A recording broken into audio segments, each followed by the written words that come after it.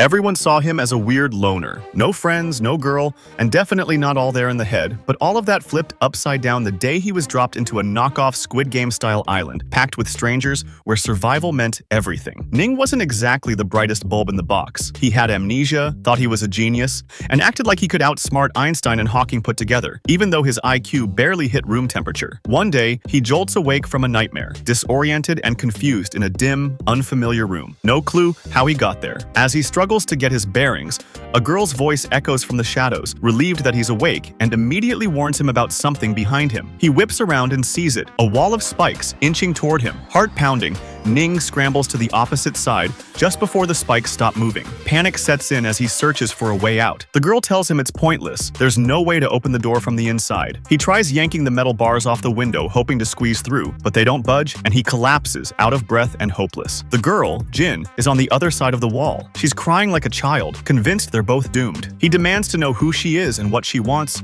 but when he looks closely through the hole in the wall, he realizes she's just like him, another trapped victim. He softens and apologizes.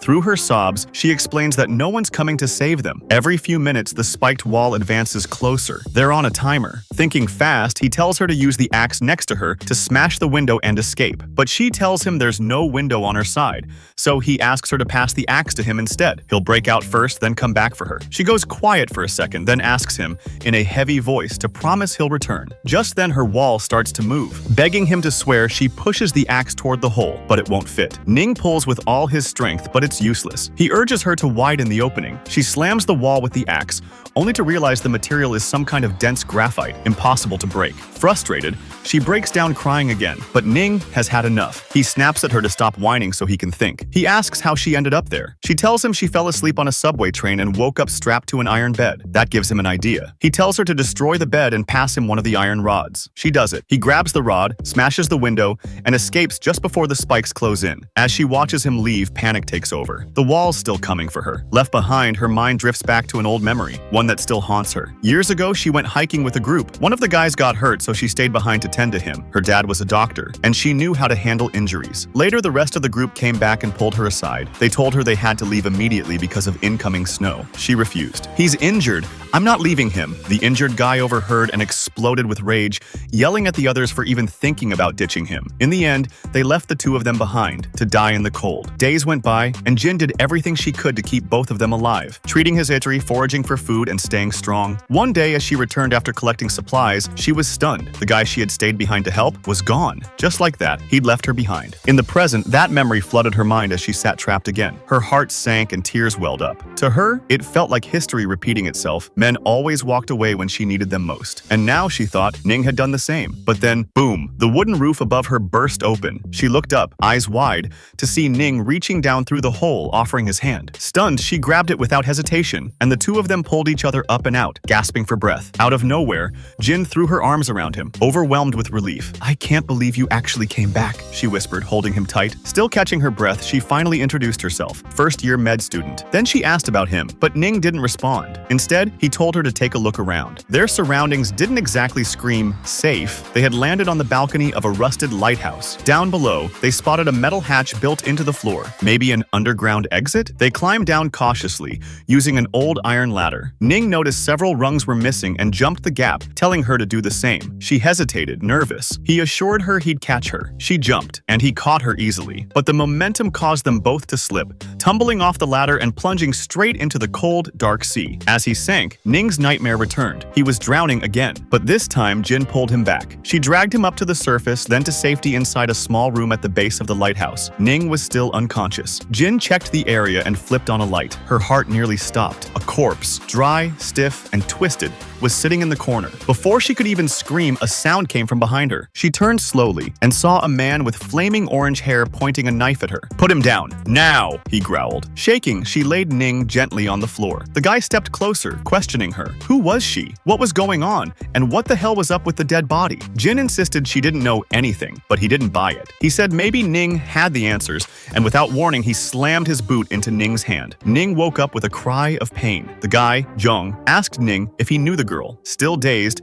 Ning looked at her and said coldly, "No." Jin's heart shattered. Why is he lying? She stared at him in disbelief, replaying everything that had just happened. How he saved her, how they escaped together. Now he acted like she was a stranger. Zhang noticed her confusion and asked what was going on. She explained everything. The escape, the fall, Ning's strange behavior afterward. Her theory? The fall must have given him a head injury. That's the only reason he'd pretend not to know her. Zhang rolled his eyes. You expect me to believe that crap? She begged him to let Ning go. He paused, then offered her one chance. Give me one word, just one. That explains why he would risk everything to save you. Panic hit her like a wave. She couldn't think. Time was running out and Zhang's blade was just inches from Ning's throat. Then suddenly she ripped something from her pocket and screamed, "Stop!" Her voice cracked as she asked him one question. How long did you know your best friend? Zhang hesitated before answering. I've known my best friend since we were 3. We grew up together in an orphanage, 25 years. Then, narrowing his eyes, he snapped, "Now stop with the drama and get to the damn point." Jin took a breath. So you're saying someone has to know a person for decades just to save them? She asked. Can you guarantee your friends would risk their lives for you? Zhang didn't respond. She pressed on, her voice steady. If the answer is no, then maybe, just maybe, it's possible for someone to risk their life, even for a stranger. Zhang stood up abruptly. Enough, he barked, but slid the knife away into his belt. He grumbled. My friends would do that for me, but not everyone's lucky like me. Later, Jin gently explained to Ning what had happened, how he'd saved her life. He stared blankly, shocked. I did that? She nodded. I don't remember anything. Curious, Zhang asked, what's the last thing you do remember? Ning rubbed the back of his head. Reading a Playboy mag in 5th grade? They groaned and gave up trying to jog his memory. Instead, they turned their attention to the creepy mummy lying in the corner. Jin frowned. It's humid as hell in here. How is a mummy even possible in this climate? She knelt beside it and grabbed its stiff arm like it was some Halloween prop. After a quick examination, she said, this body wasn't naturally preserved. Someone placed it here deliberately. With help from the guys, they carefully laid the body flat for a closer look. Jiang guessed, military maybe? Then tore open the clothing. What they saw next left them speechless. Numbers were carved into the corpse's skin,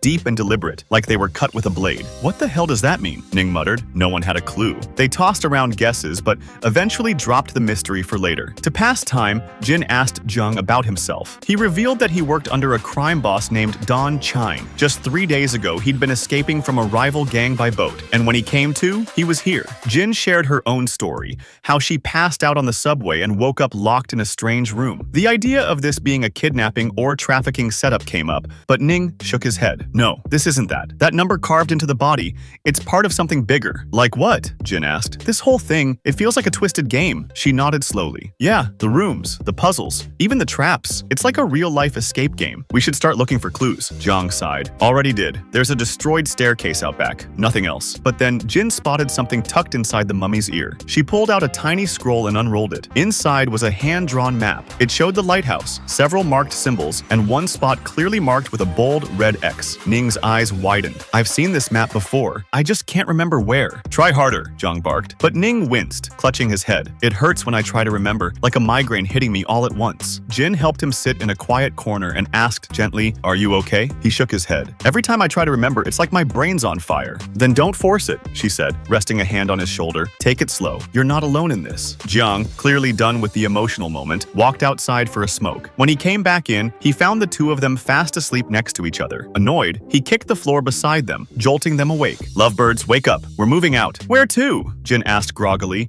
He pointed at the map. The X, wherever that is. Ning perked up like an excited kid. Ooh, treasure hunt? Jin raised an eyebrow. Are you sure we're ready for this? You don't get a choice, Jiang said coldly. From now on, you two are nothing but my workers, my slaves. With no other option, they packed their few belongings and followed the map deep into the forest, hoping for answers, or at least survival. Suddenly, Jiang raised his hand. Hold up, he said, crouching to inspect something on the ground. The others paused. There, half covered in dirt, was a trap. Blood, fresh enough to still glisten, was smeared across the edges. Someone walked into this not long ago, he muttered. If we find another set of tracks soon, we'll need to erase ours. We're not alone out here. Then turning to Ning and Jin, he snapped, since you two are basically my servants now, go gather food and water, quietly. Without argument, they took off into the woods. Jin foraged for herbs and mushrooms while Ning Ning returned with a handful of bizarre-looking wild fruits, the kind that might be poisonous or magical. Moments later, Jiang reappeared out of nowhere, proudly holding up a small, adorable rabbit. He smirked. Survival of the fittest, right? Before they could react, he dragged them to a cave he had found earlier and got to work skinning and cooking the rabbit over a fire. The smell was mouth-watering, but once the meat was done, Jiang devoured it all himself, not offering them so much as a bite. He tossed the leftover fruits to the others like table scraps. Here,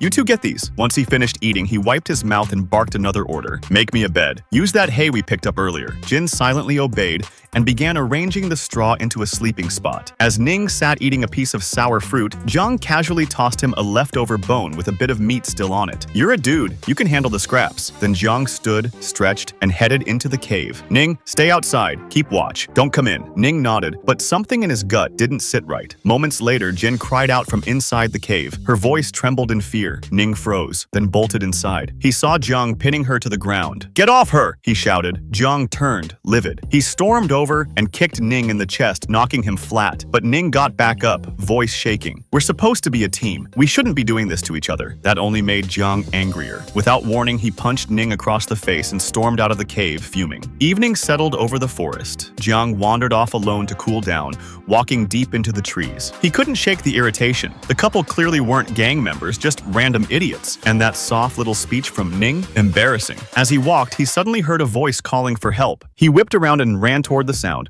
only to find Jin and Ning already there, having heard it too. Come on, he said, motioning for them to follow. They crept through the underbrush until they saw a man limping through the forest, panicked and covered in dirt. Jin stepped forward to shout a warning. He was about to fall into the same trap Zhang had found earlier, but Ning quickly covered her mouth and pulled her back. Something's off, Zhang whispered. Where's the guy chasing him? The next moment confirmed his suspicion. From the shadows emerged a tall man, barefoot, shirtless, painted in tribal markings, and holding an axe. They watched in horror as the injured man stumbled and fell right into the trap. Barely able to move, he looked up pleadingly, but the tribal man showed no mercy. He lifted the axe and hacked him apart like he was nothing more than meat, then dragged the corpse away without a word. The forest went silent again. Zhang turned to the others. Back to the cave. Now. We lay low. Back inside, Jin collapsed against the wall, shaken and exhausted. Ning sat beside her, still trying to process what they'd just seen. Breaking the silence, he asked softly, "Who the hell was that guy?" Jin looked up, voice barely above a whisper. You think he was some kind of savage?